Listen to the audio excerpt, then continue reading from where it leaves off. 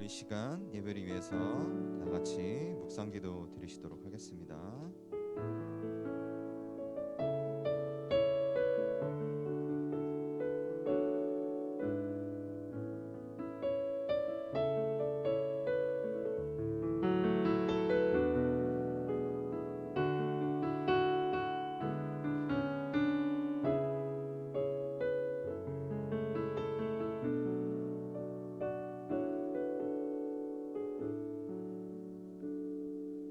하나님 감사합니다.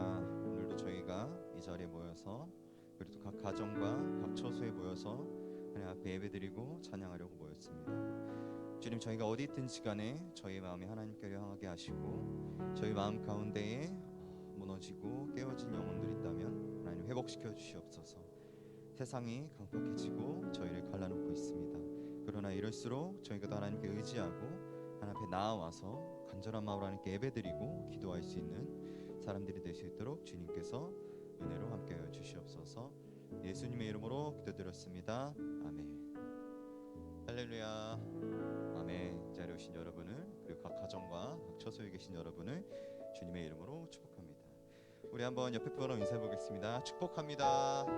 축복합니다. 아멘. 이 자리에 오신 여러분을 주님의 이름으로 축복합니다. 우리 시간 함께 찬양하실 때에 저에게 완전한 사랑 보여주신 그 하나님의 사랑을 생각하시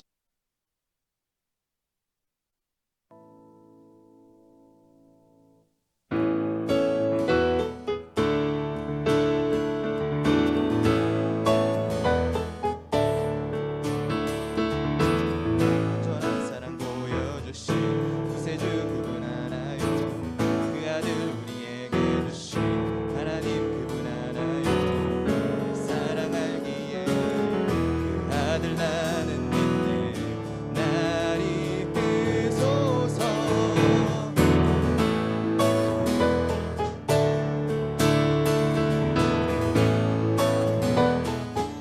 완전한 사랑 보여주신 완전한 사랑 보여주신 구세주 그분 하나요. 그 아들 우리에게 주신 하나님 그분 하나요. 사랑 알기에 아들 나는 믿네. 날 이끄소서. 예수 좋은 내 친구 내 곁에 계시네. 영원히 변치 않네. 예수 좋은 내 친구 내 곁에 계시네. 영원히 변치. 예수 내 좋은 친구. 예수 좋은 내 친구 내 곁에 계시네. 영원히 변치 않네. 예수 좋은 내 친구 내 곁에 계시네. 영원히 변치 않네.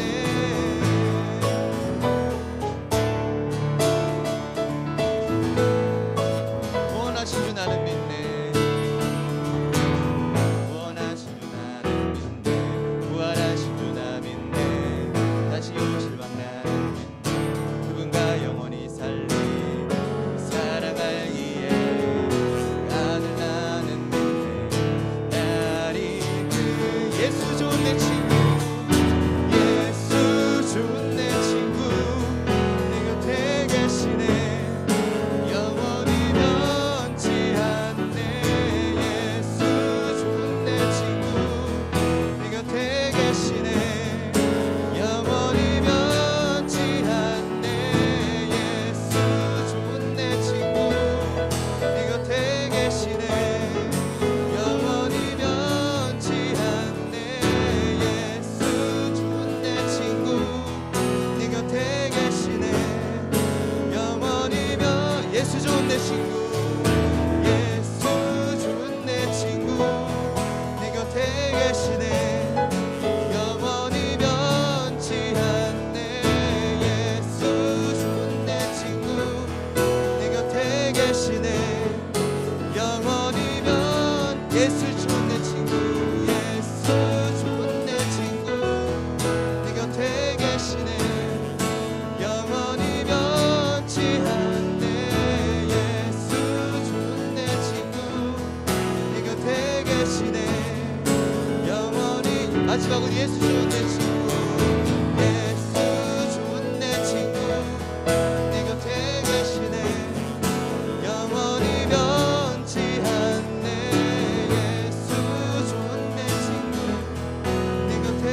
계시네 영원히 변치 않네. 우리 하나님께 영광의 박수 올리겠습니다. 완전한 사랑 보여주신 우리 예수님을 주님의 이름으로 찬양합니다. 우리 시간 함께 찬양하실 때 저희 상황 속에서 저희 모든 것을 관장해 주시고 저에게 축복을 함께 하시는 우리 하나님을 찬양하도록 하겠습니다.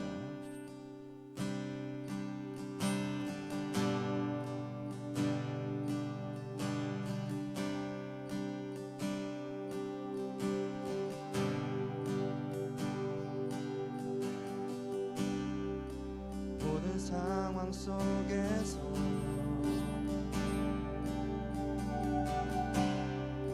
주를 찬양할지라.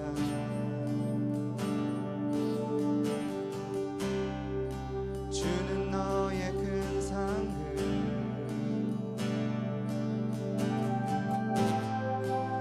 큰 도움이시라. 모든 상황 속에서 모든 상황 속에서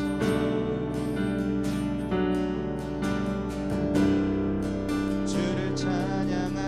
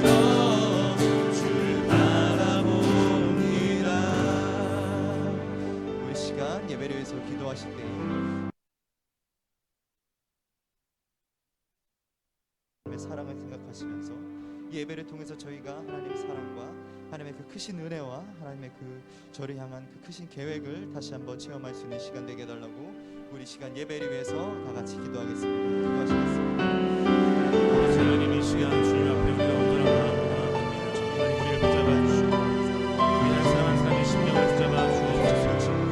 하나님, 모든 상황 가운데서 주님만 바라보며 예배할 수 있는 우리 모두가 되게 하여 주옵소서.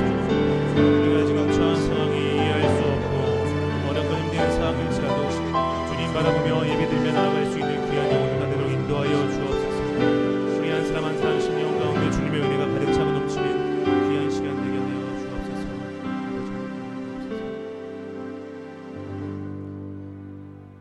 여호와께서 말씀하시되 오라 우리가 서로 변론하자. 너희의 죄가 주홍 같을지라도 눈과 같이 희어질 것이요 진홍같이 붉을지라도 양털같이 희게 되리라. 아멘.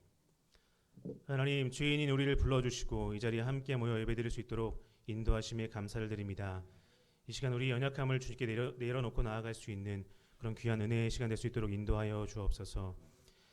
우리의 힘과 우리의 생각과 우리의 경험을 의지하는 것이 아니라 주님께서 우리 삶 가운데 어떻게 역사하실지 의지하며 나아갈 수 있는 우리가 되게 도와주시고 이 시간 예배를 통하여서 하나님의 그런 귀한 은혜를 받아 새 힘을 얻는 귀하고 복된 시간 되게 하여 주옵소서. 예배의 처음부터 마지막까지 주님께 맡겨드리며 예수님의 이름으로 감사하며 기도드립니다. 아멘. 사도신경으로 예배 시작하시겠습니다. 나는 전능하신 아버지 하나님 천지의 창조주를 믿습니다. 나는 그의 유일하신 아들 우리 주 예수 그리스도를 믿습니다. 그는 성령으로 잉태되어 동정녀 마리아에게서 나시고 본디오 빌라도에게 고난을 받아 십자가에 못 박혀 죽으시고 장사된 지 사흘 만에 죽은 자 가운데서 다시 살아나셨으며 하늘에 오르시어 전능하신 아버지 하나님 우편에 앉아 계시다가 거기로부터 살아있는 자와 죽은 자를 심판하러 오십니다. 나는 성령을 믿으며 거룩한 공교회와 성도의 교제와 죄를 용서받는 것과 몸의 부활과 영생을 믿습니다. 아멘. 찬송가 438장 찬양하시겠습니다.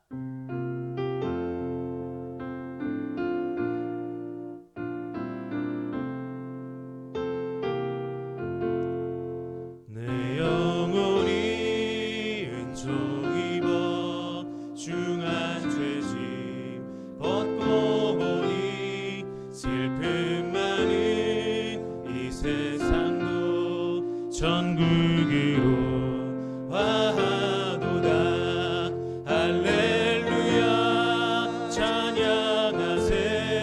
내 모든 죄 사함받고 주 예수와 동행하니 그 어디나 하늘나라 주의 얼굴 뵙기 전에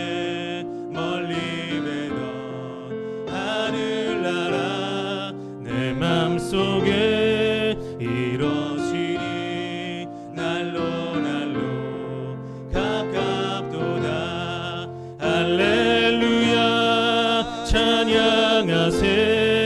내 모든 죄 사함받고 주 예수와 동행하니 그 어디나 하늘나라 높은 산이 거친들이 조망이나 궁궐이나 내 주 예수 모신 곳이 그 어디나 하늘나라.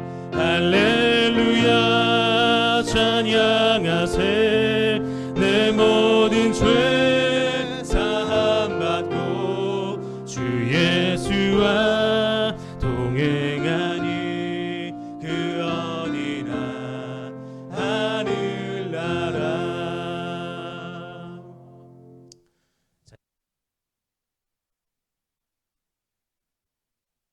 기도 인도해 주시겠습니다.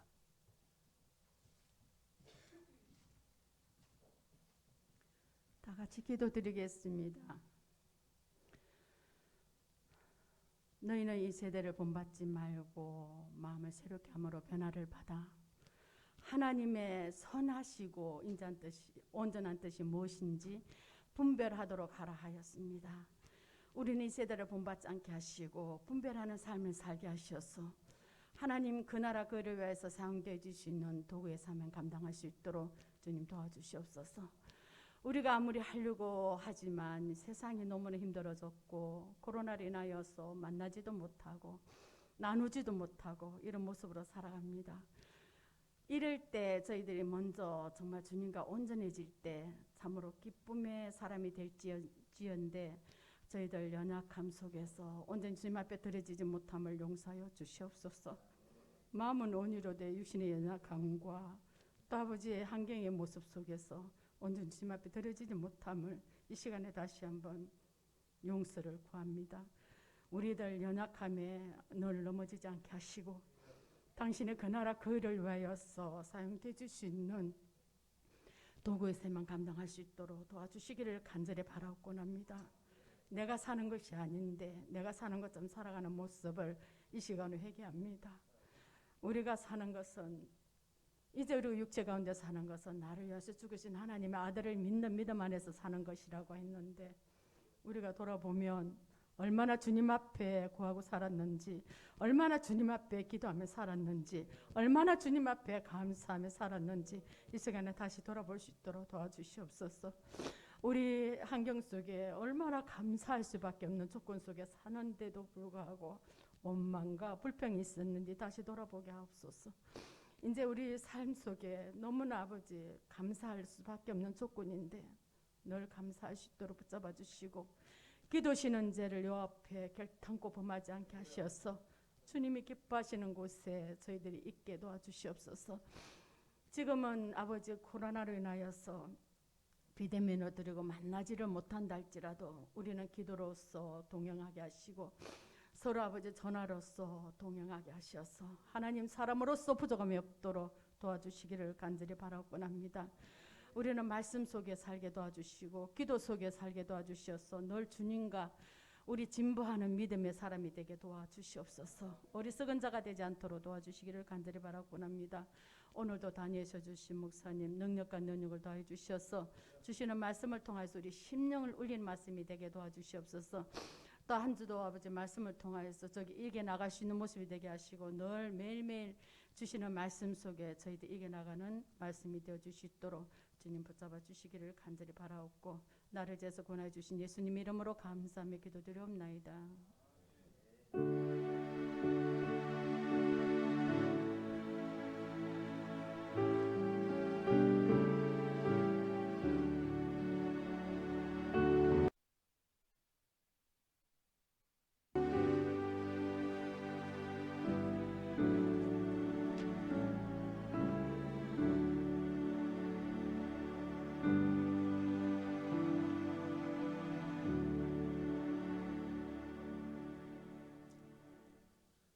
함께 나누신 하나님의 말씀은 요한계시록 7장 1절부터 4절까지입니다. 신약성경 405페이지 요한계시록 7장 1절부터 4절까지의 말씀을 제가 봉독해 드리겠습니다. 이 일 후에 내가 내 천사가 땅 내 모퉁이에 선 것을 보니 땅의 사방의 바람을 붙잡아 바람으로 하여금 땅이나 바다이나 각종 나무에 불지 못하게 하더라. 또 봄에 다른 천사가 살아계신 하나님의 인을 가지고 해 돋는 데로부터 올라와서 땅과 바다를 해롭게 할 권세를 받은 내 천사를 향하여 큰 소리로 외쳐 이르되 우리가 우리 하나님의 종들의 이마에 인치기까지 땅이나 바다나 나무들을 해하지 말라 하더라. 내가 인침을 받은 자의 수를 들으니 이스라엘 자손의 각 지파 중에서 인침을 받은 자들이 14만 4천이니. 아멘. 네, 천예나 집사님 특송 특별 연주 해주시겠습니다.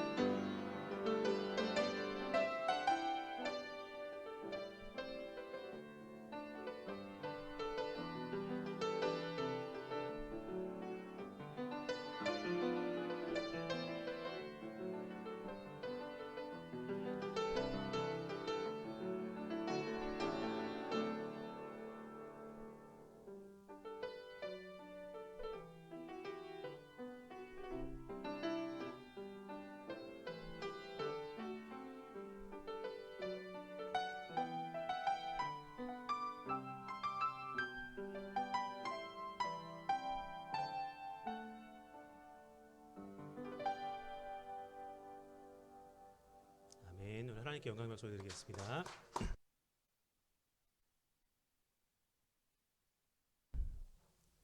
같이 매주 함께 앉아서 예배를 드리는 공간임에도 불구하고 이 자리에 서니까 굉장히 긴장이 또 됩니다. 주일 예배는 제가 이제 두 번째 함께 말씀을 전하죠. 물 좀 먹고 하겠습니다.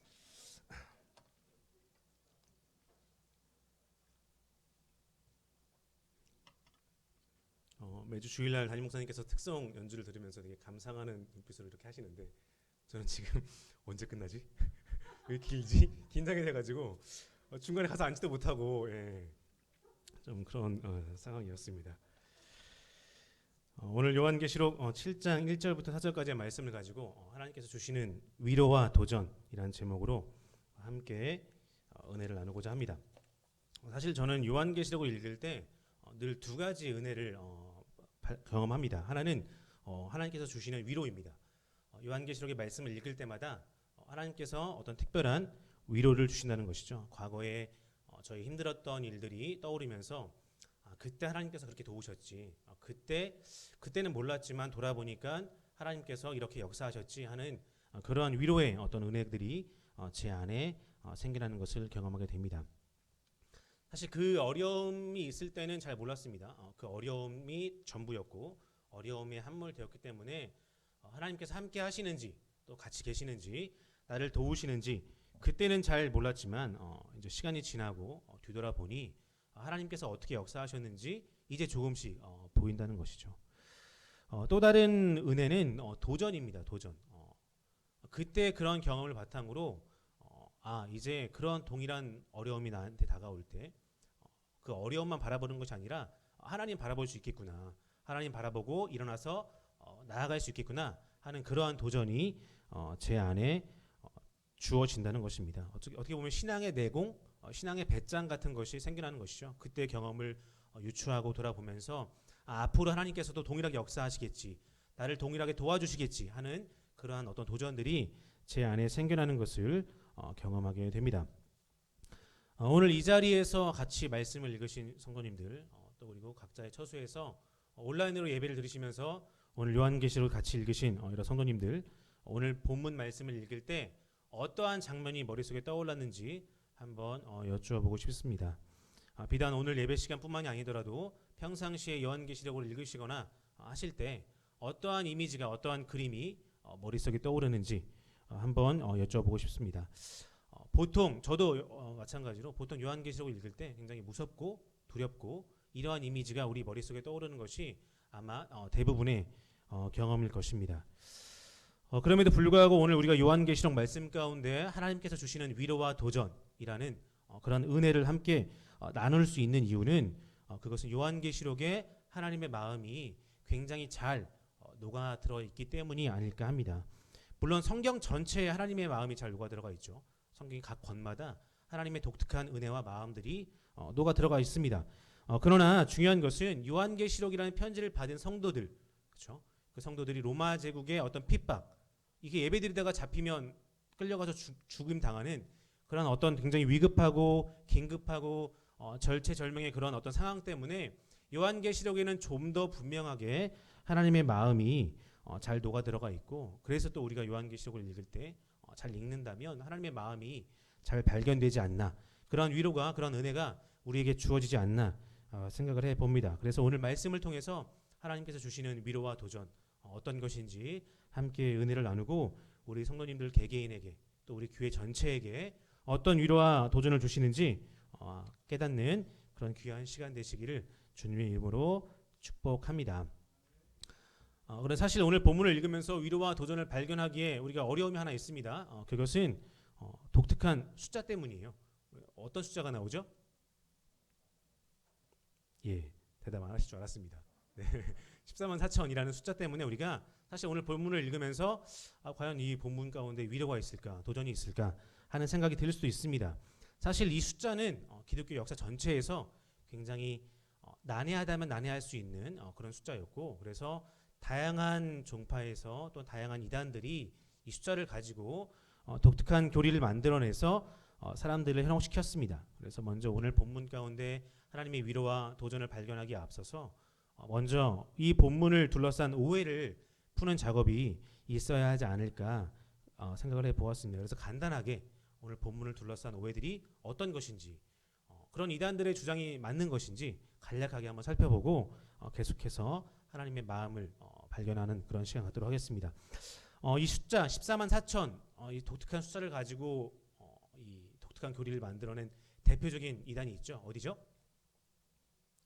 그 코로나 때문에 이슈가 된 이단이 하나 있습니다. 네, 신천지죠. 신천지는 오늘 나오는 이 14만 4천, 그리고 그 뒤에 이제 5절부터 나오는 12지파, 이거를 합성시켜서 독특한 교리를 만들었는데요. 뭐냐면 일단 우리나라 전체를 12개의 권역으로 나눠요. 그래서 경기도, 강원도 있는 것처럼 지파의 12지파 이름을 가지고 그 도 행정구역의 이름을 나눕니다. 그래서 각 도마다 유다 지파라고 걔는 하죠. 유다 지파, 뭐 아셀 지파 이렇게 이제 이름을 줘서 그 지역마다 12,000명씩 구원을 받아야 되고, 그래서 14만 4천 명이 구원을 받는다라고 교리를 만들어요. 그러니까 사람은 많은데 14만 4천만 구원 받는다고 하니까 무슨 일이 생겨날까요?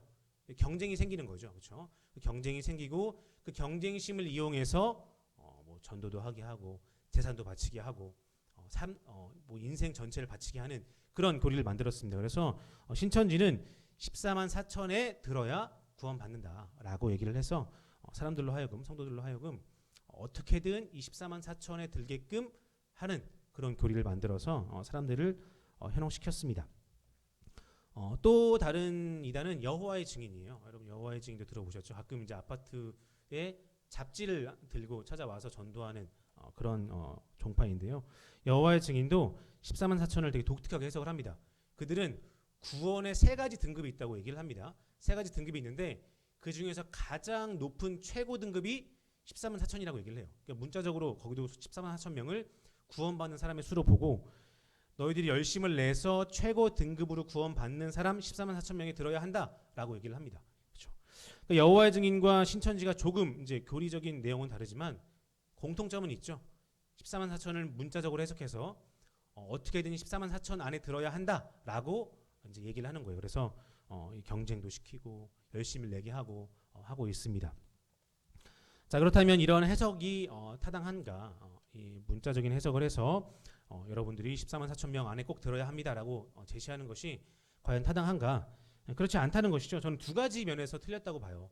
사실 이제 신천지와 여호와의 증인은 이런 부분들을 얘기하지 않는데 두 가지 이유가 있습니다. 첫 번째는 문법적인 이유예요. 뭐 이렇게 거창한 얘기처럼 들리겠지만 우리 4절을 보시면 5절을 보시면 각 지파별로 입맞은 자들이 나오죠. 인침을 받은 자, 그렇죠? 어떠한 자, 이렇게 자, 사람들이라는 표현에 자들이 나옵니다. 발견하셨나요? 5절 보시면 유다 지파 중에 인침을 받은 자가 1만 2천이요. 그렇죠? 자, 사람들이라는 뜻이잖아요. 그런데 이게 여기서는 사람들이라는 의미로 쓰이지만 헬라어 원문을 보면 이게 남성 복수입니다. 그렇죠? 그러니까 유다 지파 중에 인침을 받은 남자 12,000명 이렇게 돼야 돼요. 뒤에 나오는 그렇죠? 4절도 보시면 이스라엘 자손의 각 지파 중에서 할 때 이스라엘 자손의 이 자손도 사실은 남성입니다. 그렇죠? 남성만 포함되는 단어예요. 또 뒤에 나오는 몇 명 할 때 그 명자도 남성 복수입니다. 그러니까 14만 4천을 문자 그대로 해석하면 여성은 포함이 안 되는 거예요. 남자만 12,000명씩 14만 4천 명 되어야 한다라고 이제 얘기를 해야 되는 것이죠. 그런데 이제 이런 부분들은 얘기하지 않고 그냥 14만 4천 명을 얘기해서 남자나 여자 구분하지 않고 얘기를 하죠. 그렇다고 제가 지금 이제 남성만 구원받는다 이런 얘기를 하는 게 아니라 그들이 말한 대로 문자 그대로 해석을 하면 사실은 뒤에 부분도 문자 그대로 가서 남자만 14만 4천 명이 되어야 하는데 이런 부분들은 얘기하지 않는다는 것입니다. 또 이제 그냥 글만 쭉 읽었을 때 문맥을 봐도 우리가 그들의 주장이 틀렸음을 알 수 있습니다. 9절을 보면 이 일 후에 내가 보니 각 나라와 족속과 백성과 방언에서 아무도 능히 셀 수 없는 큰 무리가 나온다라고 얘기를 하고 있습니다. 그렇죠? 그러니까 14만 4천 명 이외에도 엄청나게 큰 무리가 하늘에서 하나님을 찬양하고 있다라고 본문은 분명하게 얘기를 하고 있습니다. 그런데 이 14만 4천 명이라는 숫자를 가지고 교리를 만드는 이 단체에서는 이런 내용들을 얘기하지 않아요. 뒤에 더 큰 무리가 있다 이런 부분들은 사실 전혀 언급을 하고 있지 않습니다. 그러니까 우리가 이 두 가지면 이 앞에 나오는 남성 복수 명사, 또 우리 문맥적인 이유, 이 두 가지만 보더라도 14만 4천을 그냥 문자적으로 해석해서 14만 4천 명이 들어야 합니다라고 얘기하기에는 무리가 있다라는 것을 우리가 먼저 좀 살펴볼 필요가 있습니다. 그렇다면 오늘 본문의 참 의미는 무엇인가? 하나님께서 굳이 이런 숫자를 말씀하시면서 우리에게 이 말씀을 통해서 주시고자 하는 위로와 도전이 무엇일까 하는 것들을 우리가 조금 더 면밀하게 살펴볼 필요가 있는 것 같습니다. 저는 사실 오늘 본문을 읽으면서 하나님께서 주시는 위로를 우리가 발견할 수 있다고 생각을 합니다. 오늘 본문이 어떠한 위로를 주는지 우리가 알려면 조금 더 이제 우리가 6장, 7장, 8장을 좀 다 같이 생각할 필요가 있는데요. 우리가 6장 10절, 11절을 같이 한번 읽어보겠습니다. 여러분 한 장만 넘기셔서 6장 10절, 11절을 같이 한번 읽어보시겠습니다. 찾으셨나요? 같이 읽겠습니다. 시작. 큰 소리로 불러 이르되 거룩하고 참되신 대주제여, 땅에 거하는 자들을 심판하여 우리 피를 갚아주지 아니하시기를 어느 때까지 하시려 하나이까 하니, 각각 그들에게 흰 두루마리를 주시며 이르시되 아직 잠시 동안 쉬되 그들의 동무 종들과 형제들도 자기처럼 죽임을 당하여 그 수가 차기까지 하라 하시더라. 아멘. 이 6장은 사실은 이 요한이 순교자들의 영혼을 만나는 장면을 묘사하고 있습니다.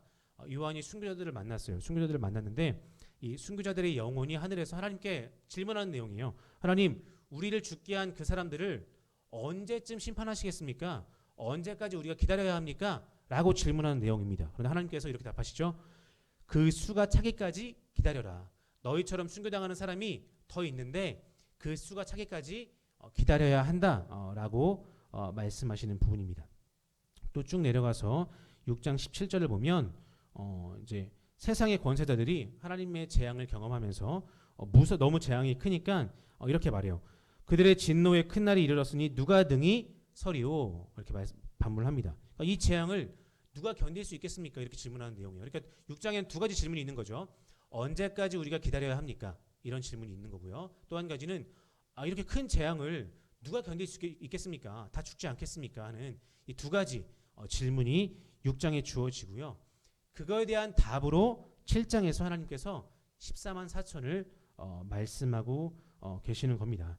무슨 의미냐면 하나님의 때가 언제냐고 부르짖는 이 순교자들의 영혼에게 정해진 수가 있으니 기다리라고 하는 겁니다. 내가 선택한 백성이 있고 내가 부른 백성의 수가 있으니 조금만 기다려라 라고 말씀하시고 계시는 거예요. 그 수가 14만 4천이라고 말씀하시는 겁니다.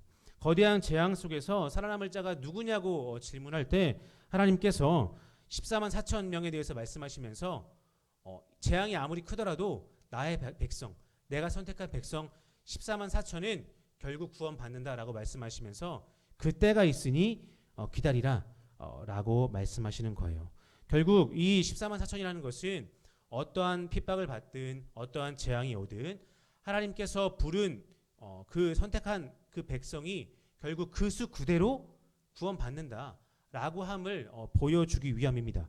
그런데 이 14만 4천이라는 것이 문자적인 의미가 아니라 상징이라고 말씀을 드렸죠.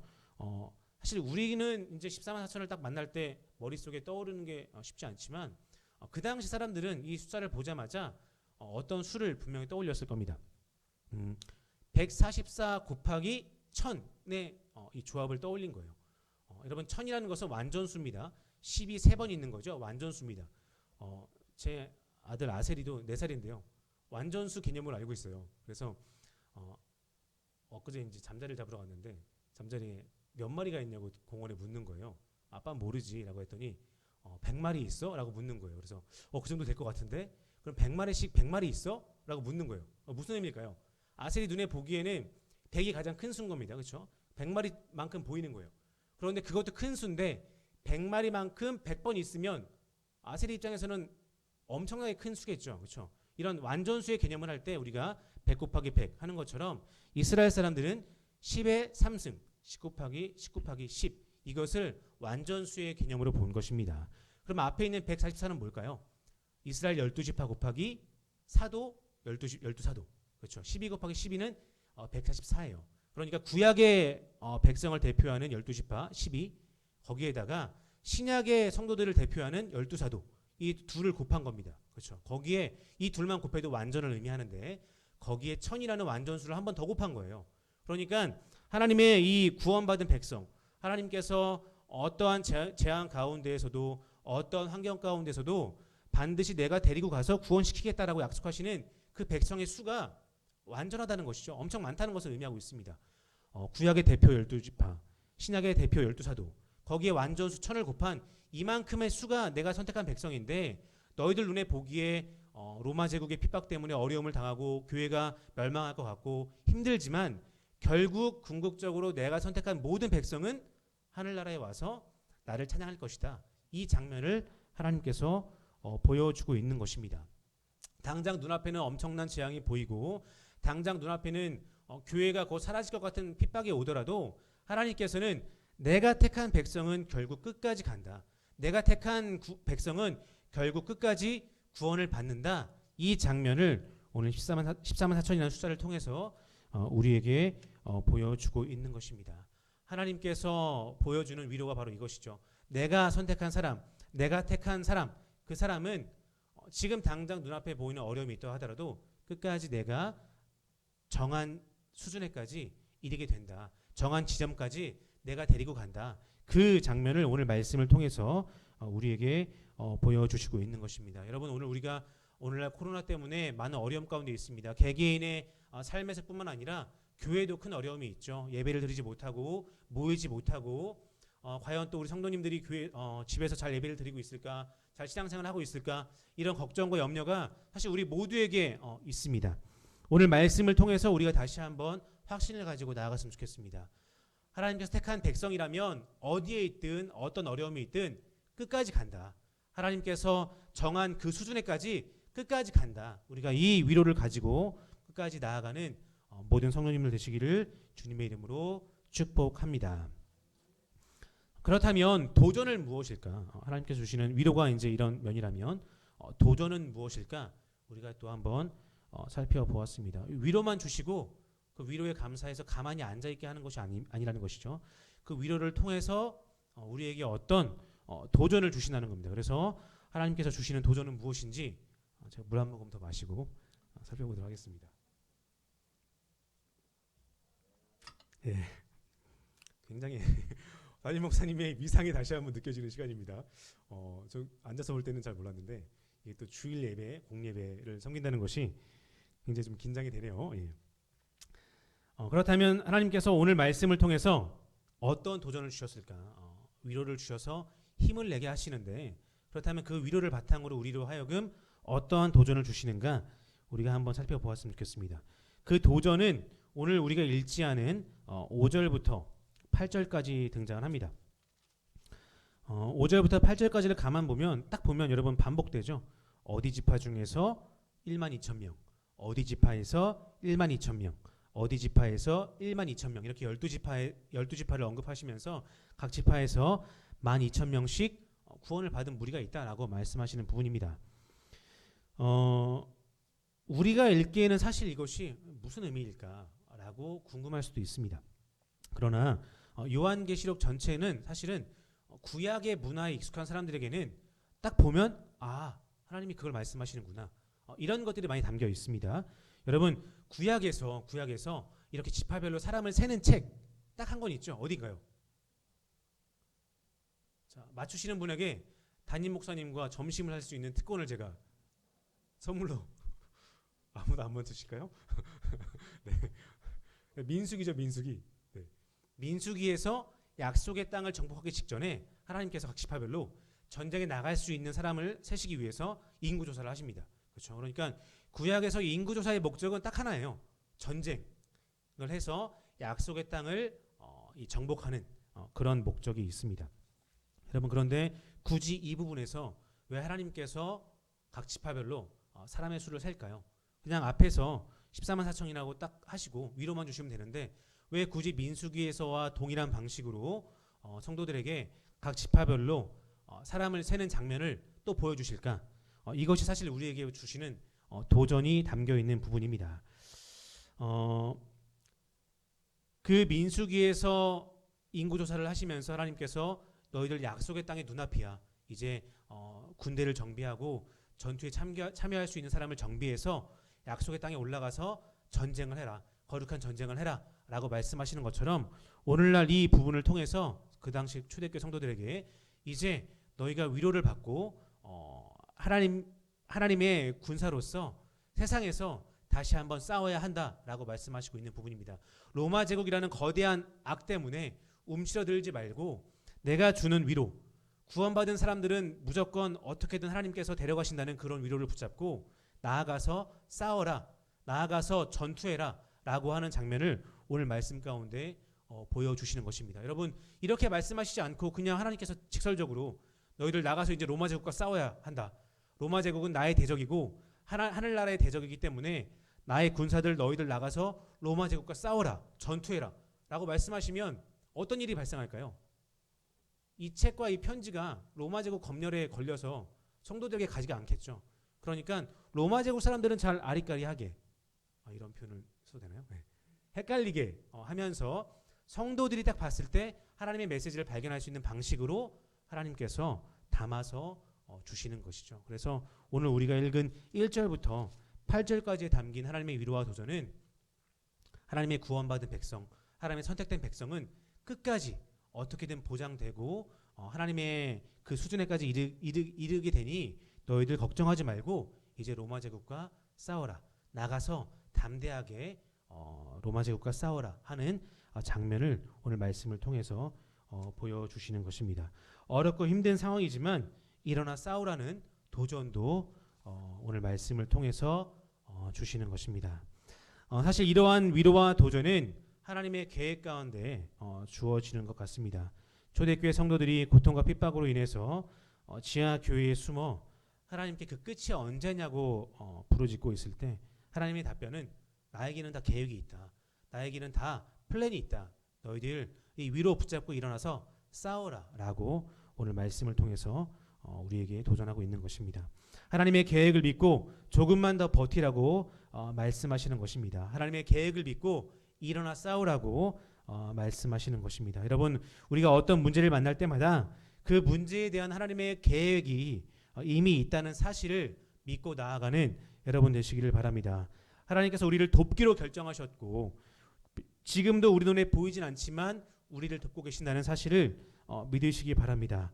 하나님의 그 약속을 믿고 일어서기만 한다면 하나님께서 우리를 이끌고 하나님께서 정한 그 자리까지 나아가시는 줄로 믿습니다.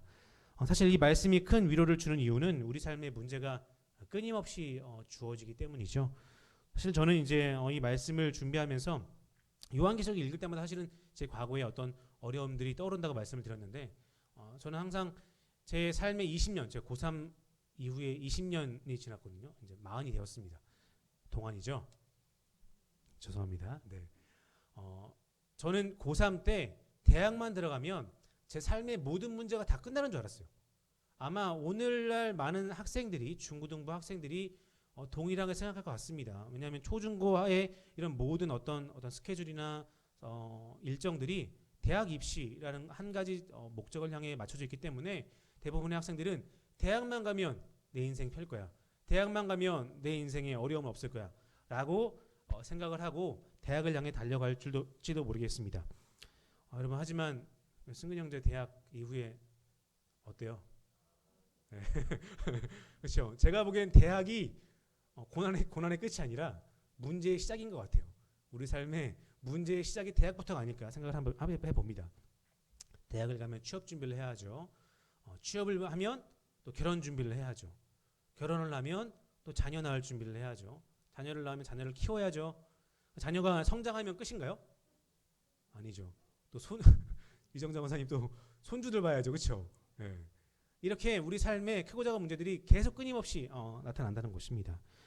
그렇기 때문에 오늘 말씀은 어떻게 보면 우리 하루하루의 삶을 살아가는 성도들에게 항상 끊임없이 위로를 주고 도전을 주는 것이 아닐까. 문제가 생길 때마다 하나님이 나를 구원하시고 택하시고 이 정도의 수준에까지 데리고 가신다고 약속하셨지. 이 문제 때문에 슬퍼하고 넘어져 있는 것이 아니라 이 문제에서 내가 일어서면 되는 것이지, 그러한 위로를 우리에게, 그러한 도전을 우리에게 주신다는 것입니다. 문제와 고난과 어떤 어려움이 시작될 때 오늘 말씀은 우리로 하여금 하나님이 우리 각자를 통해 우리 각자에게 주시는 어떤 믿음의 수준, 경지가 있고, 하나님께서는 어떻게든 무슨 일이 있든 우리를 이끌어서 그 자리에 앉히시겠다고 오늘 말씀을 통해서 우리에게 위로를 주고 있는 것입니다. 우리 할 일은 무엇인가요? 그 말씀 믿고 그 약속 믿고 일어서서 나아가면 되는 것인 줄로 믿습니다. 문제 앞에서 실망하여 넘어져 있는 것이 아니라 하나님의 위로를 구하며 일어서는 성도님들 다 되시기를 주님의 이름으로 다시 한번 축복합니다. 하나님의 군대로서 세상과 맞서는 모든 성도님들 되시기를 주님의 이름으로 축복합니다. 우리 눈에 보이지 않는 영역에서 하나님께서 우리를 위한 계획을 펼치고 계신다는 사실을 잊지 마시고 그 계획 믿고 그 하나님의 일하심을 믿고 끝까지 승리하시는 저 여러분 되시기를 주님의 이름으로 축원드립니다. 우리 함께 찬양하실 텐데요. 오직 예수뿐이네 함께 찬양하시겠습니다.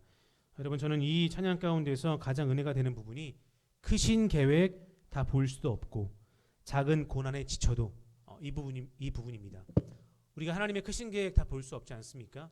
당장 우리 눈앞에 보이는 것은 문제고 현실이고 고난밖에 없는 줄로 믿습니다. 그러나 우리가 그 계획, 하나님의 계획 다 볼 수 없음에도 불구하고 하나님께서 은혜 가운데 우리를 이끌고 나가신다는 사실 잊지 않고 우리가 하나님 다시 한번 의지하는 그런 시간 되었으면 좋겠습니다. 우리 오직 예수뿐이네 함께 찬양하시면서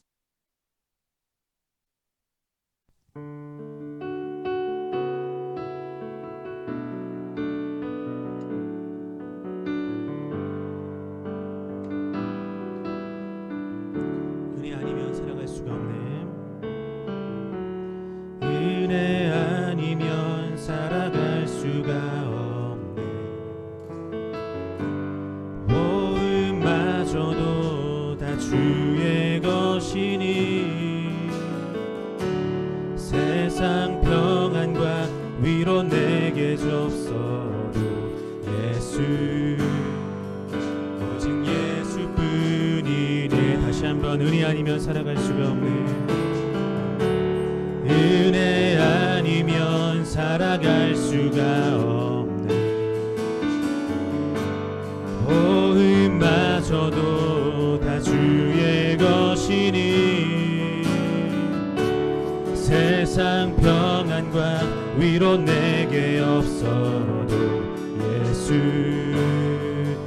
오직 예수뿐이 크신 계획 다 볼 수 없고 크신 계획 다 볼 수도 없고 작은 고난에 지쳐도 주께 묻기 나의 모든 삶 버티고 견디게 하시네. 은혜 아니면 살아갈 수가 없네. 나의 모든 것 다 주께 맡기니 참된 평안과 위로 내게 주신 주 예수 오직 우리 한 번 더 믿음으로 고백하시겠습니다. 크신 계획 다 볼 수 없고 크신 계획 다 볼 수도 없고 작은 고난에 지쳐도 주께 묻기 나의 모든 삶 버티고 견디게 하시네. 은혜 아니면 살아갈 수가 없네. 나의 모든 것 다 주께 맡기니 참된 평안과 위로 내게 주신 주 예수 오직 예수뿐이네. 하나님의 크신 계획 합니다. 우리의 모든 삶의 상황 가운데서 주님을 의시하시는 그런 우리의 믿음의 사람 다 되시기를 소원합니다. 우리 모든 상황 속에서 한 번 더 찬양하시고 합심해서 기도하시겠습니다.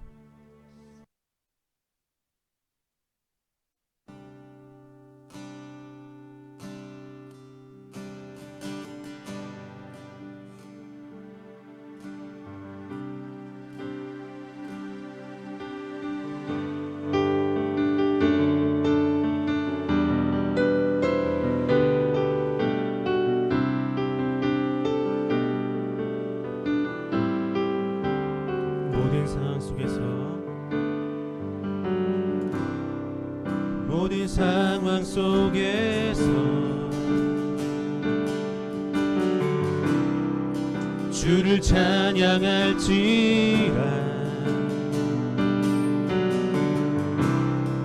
주는 너의 큰 상을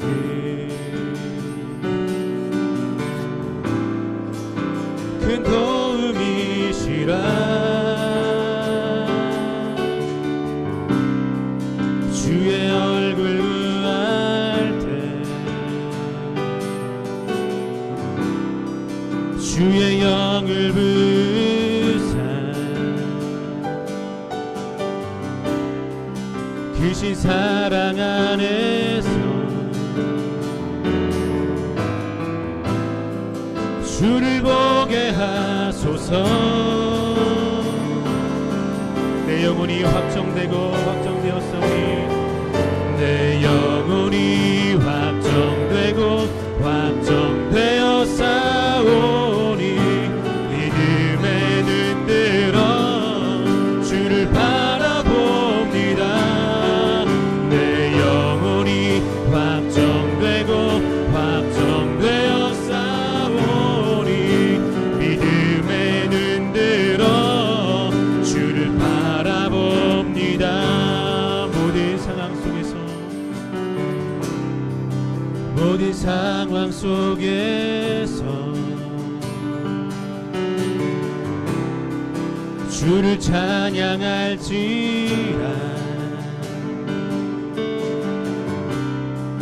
주는 너의 큰 상을 큰 도움이시라 주의 얼굴 구할 때 주의 영을 부사 크신 사랑 안에서 주를 보게 하소서. 내 영혼이 확정되고 확정되었사오니 영혼이 확정되고 확정되었사오니 믿음에 눈 들어 주를 바라봅니다. 내 영혼이 확정되고 확정되었사오니 믿음에 눈 들어 다시 한번 믿음으로 고백하시겠습니다. 내 영혼이 확정되고 내 영혼이 확정되고 확정되었사오니 믿음에 눈 들어 주를 바라봅니다. 내 영혼이 확정되고 확정되었사오니 믿음에 눈 들어 주를 바라봅니다. 우리 이 시간 함께 기도하시겠습니다. 주님, 우리의 문제 앞에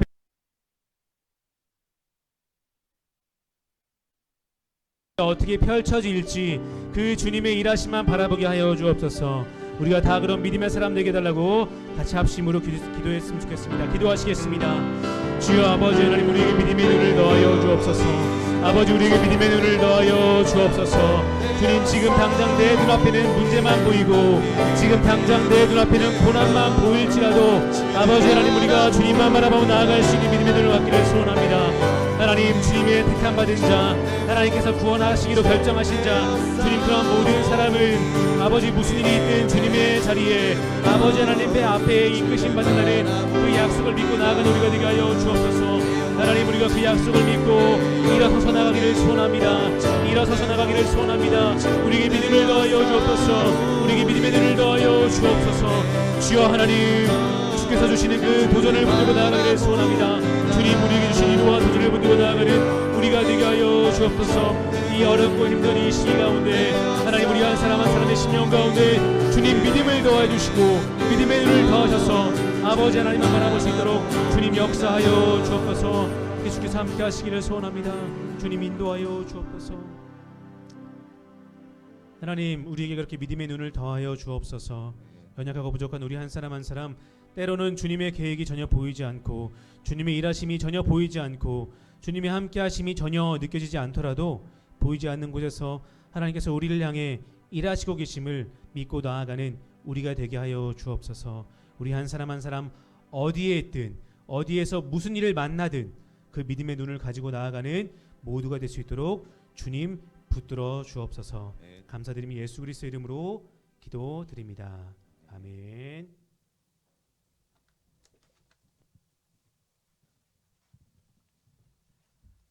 할렐루야.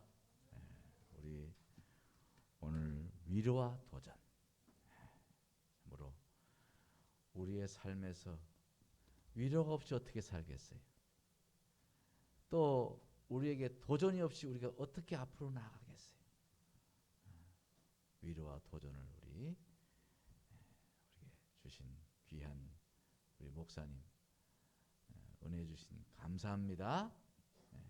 감사의 박수.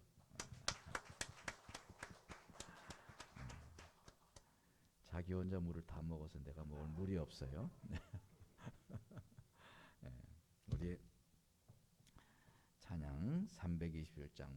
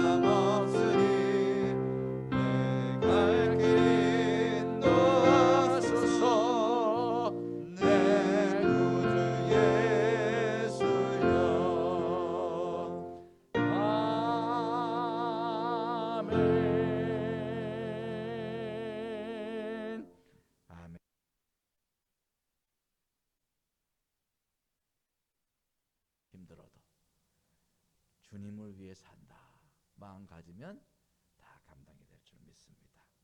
오늘도 하나님 앞에 귀한 예물들 드립니다. 우리 범사에 감사합니다.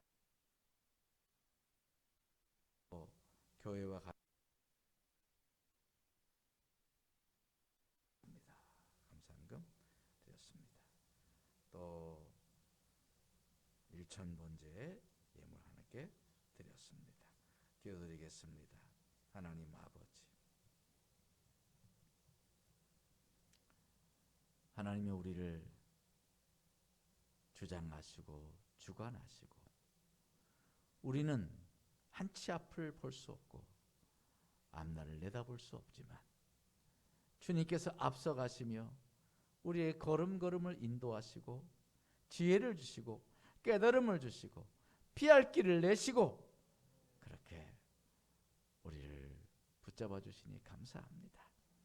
오늘 하나님의 그 크신 은혜를 감사하여 귀한 예물들 드립니다. 범사에 감사하며 살려고 하는 사랑하는 손길을 주님 축복하시고 어여삐 여기시고 사랑하여 주시고 하나님을 기쁘시게 하는 아름다운 귀한 예물들 되도록 축복하여 주시옵소서. 이 드려진 귀한 예물들이 하나도 땅에 떨어지지 아니하고 다 하나님의 손 앞에 다 드려지게 하여 주시옵시고 저들의 드려진 예물이 정말 주님을 사랑하는 마음이 가득 찬 예물 되도록 축복하여 주시옵소서. 오늘도 우리 사랑하는 우리 성도들이 이제 온라인으로도 많은 예물을 드립니다. 하나님, 거기에는 감사의 예물도 들어있고 또 11조 예물도 들어있고 또 주정용도 들어있습니다. 하나님, 그 마음을 다 받아주시고 또 여러 성도는 그 귀한 예물을 꼭 깊이 간직하고 쌓아두고 있습니다. 이제 비대면이 끝나고 이제 대면 예배가 드려질 때 하나님께서 또 하나님께 드리려고 잘 모아둔 예물까지 있습니다. 이런 아름다운 모든 예물들이 주 앞에 드려지고 있사오니 우리 하나님이 굽어 살피시고 축복하시고 축복하여 주시옵소서. 또한 이제 11조 예물을 드립니다. 하나님께서 약속하신 예물, 너희가 11조를 드려 너희 곳간에 쌀 곳이 없도록 붙지 아니하여 시험하라 보시며 시험까지 해보라 하시며 확실하게 그 축복을 약속하신 예물이오매 하나님, 결코 땅에 떨어지지 않는 예물일 줄 믿습니다. 하나님께서 이 땅의 것도 풍성하게 거두게 하시고 강건하게 붙들어 주시고 하나님의 귀한 뜻을 세우고 참으로 복된 인생, 의미 있는 인생이 되도록 축복하여 주시옵소서. 아멘. 또한 선경금을 드립니다. 하나님의 귀한 나라를 생각하여 드린 예물들 축복하여 주시고 하나님 나라가 아름답게 확장되게 하시고 또한 건축금 드립니다. 하나님의 교회를 사랑하는 마음으로 주의 몸된 교회, 주님께서 핏값으로 세우신 교회를 사랑하는 마음으로 드리오니 하나님께서 귀히 받아 주시옵소서. 또한 주정금을 드립니다. 한결같이 변함이 없이 하나님 앞에 드린 귀한 예물들 아니옵니까? 하나님께서는 심지가 굳고 또 마음이 한결같은 그 성도들을 사랑하시고 가까이 하시며 복 주신다 하셨사오니 하나님 귀한 예물도 기뻐 받으시고 성실하신 하나님께서 크게 갚아 주옵소서. 오늘 드려진 아름다운 모든 온라인 헌금과 또는 현장에 드렸은 이 예물들 다 하나님께서 동일하게 받아주시고 하나님의 크신 축복이 반드시 내가 복주고 복주리라 하신 그 약속대로 복 내려 주시옵소서. 감사드리오며 예수님 이름으로 간절히 축복하며 감사하며 교주사옵나이다. 아멘. 아멘. 할렐루야. 우리 하나님 영광의 박수 드립시다. 아멘. 우리 옆에 사람 인사합시다. 잘 다녀왔습니다. 또 잘 다녀오겠습니다. 우리 항상 우리의 마음의 중심이 주님이 우리 마음의 중심이요 우리의 인생의 중심이 주님 우리의 중심이요 그래서 교회로부터 시작해서 교회에서부터 마무리하는 그런 마음 가지고 신앙 중심의 인생의 가치관을 가지고 살아가는 우리 참된 지체들 되기를 간절히 바랍니다. 오늘 교회 소식 시간입니다. 우리 안타깝게도 지금 계속 우리가 비대면으로 벌써 여러 주간 여러 달을, 그리고 또 코로나로 인원 제한이 있어서 정말 2년 가까이 예배를 드리지 못하는, 1년 반이죠 벌써 예배드리지 못하는 우리 안타까운 성도들도 계세요. 왜냐하면 기저질환이 있어서 나오지 못하는 또 성도들도 있습니다. 정말 그 생각만 하면 가슴이 막 아파요.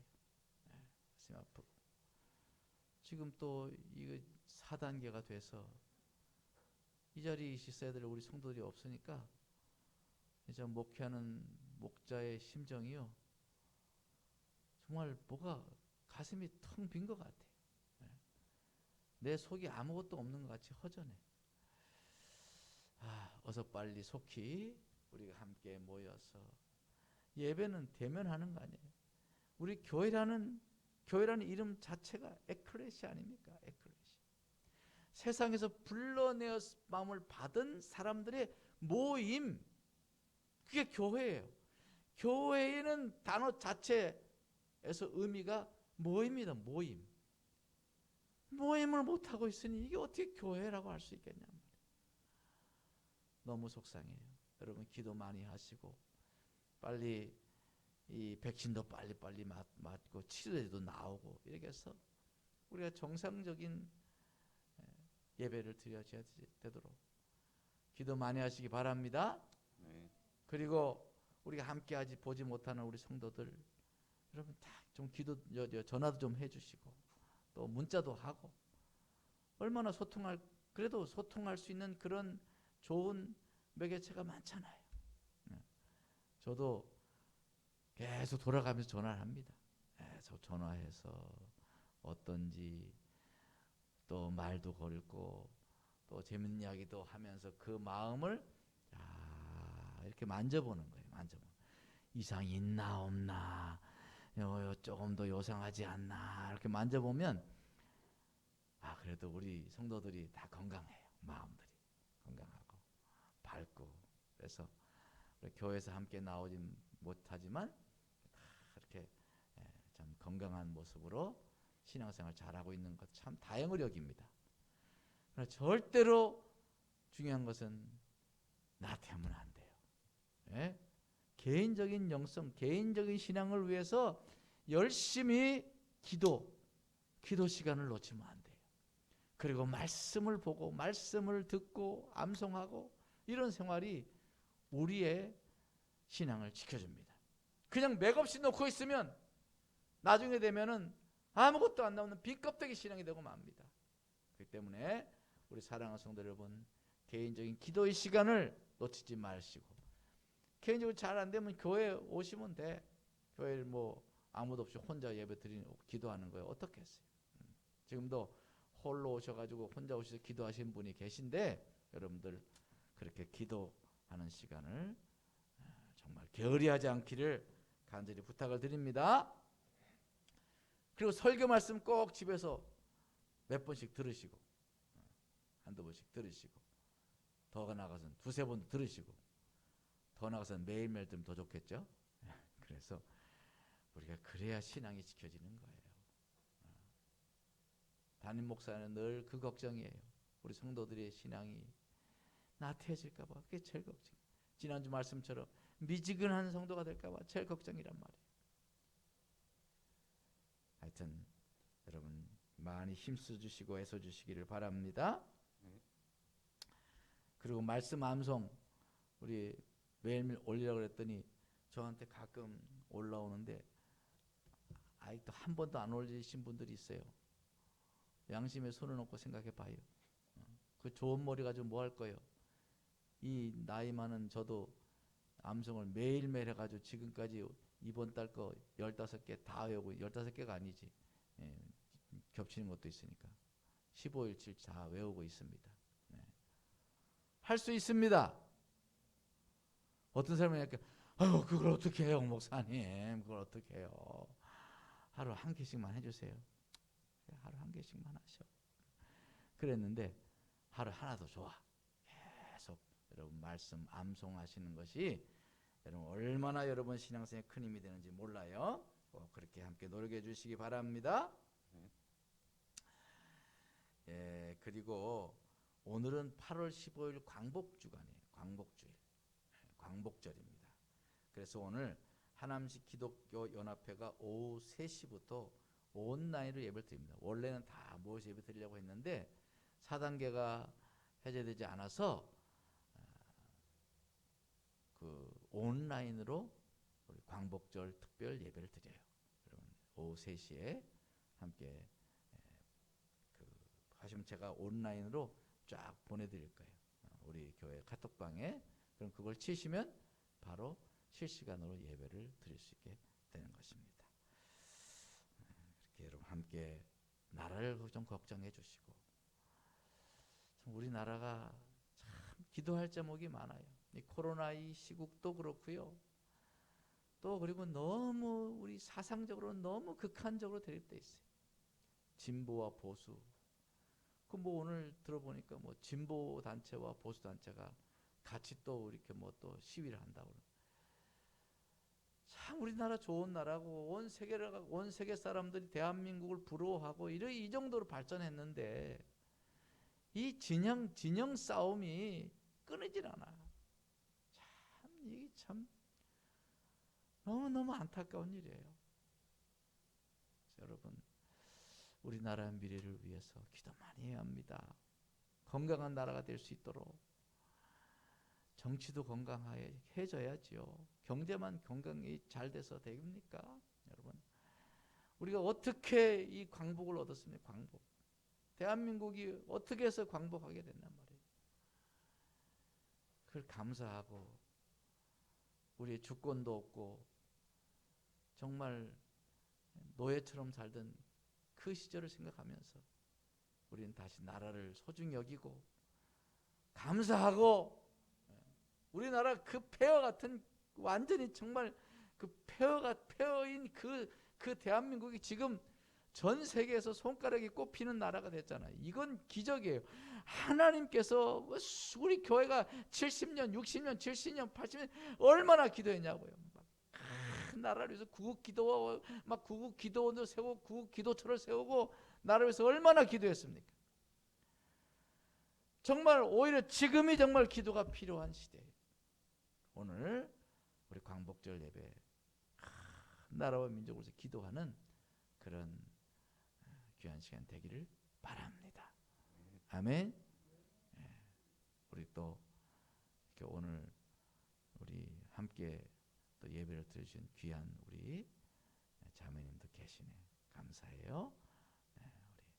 우리 너무 감사합니다. 그럼 다 일어서셔서 우리 파송의 찬양 부르겠습니다.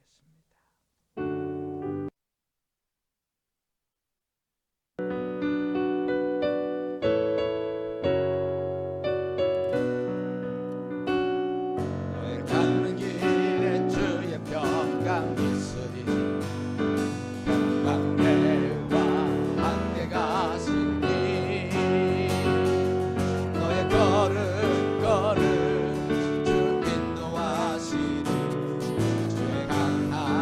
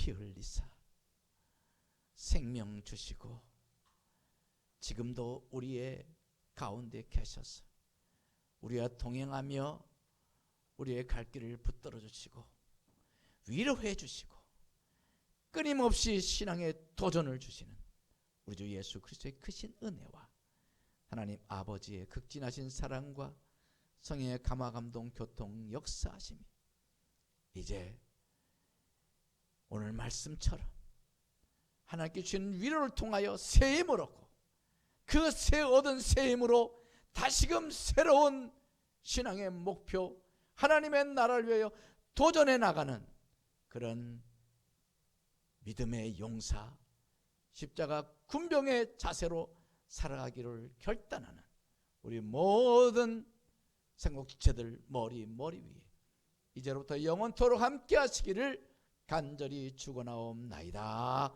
아멘.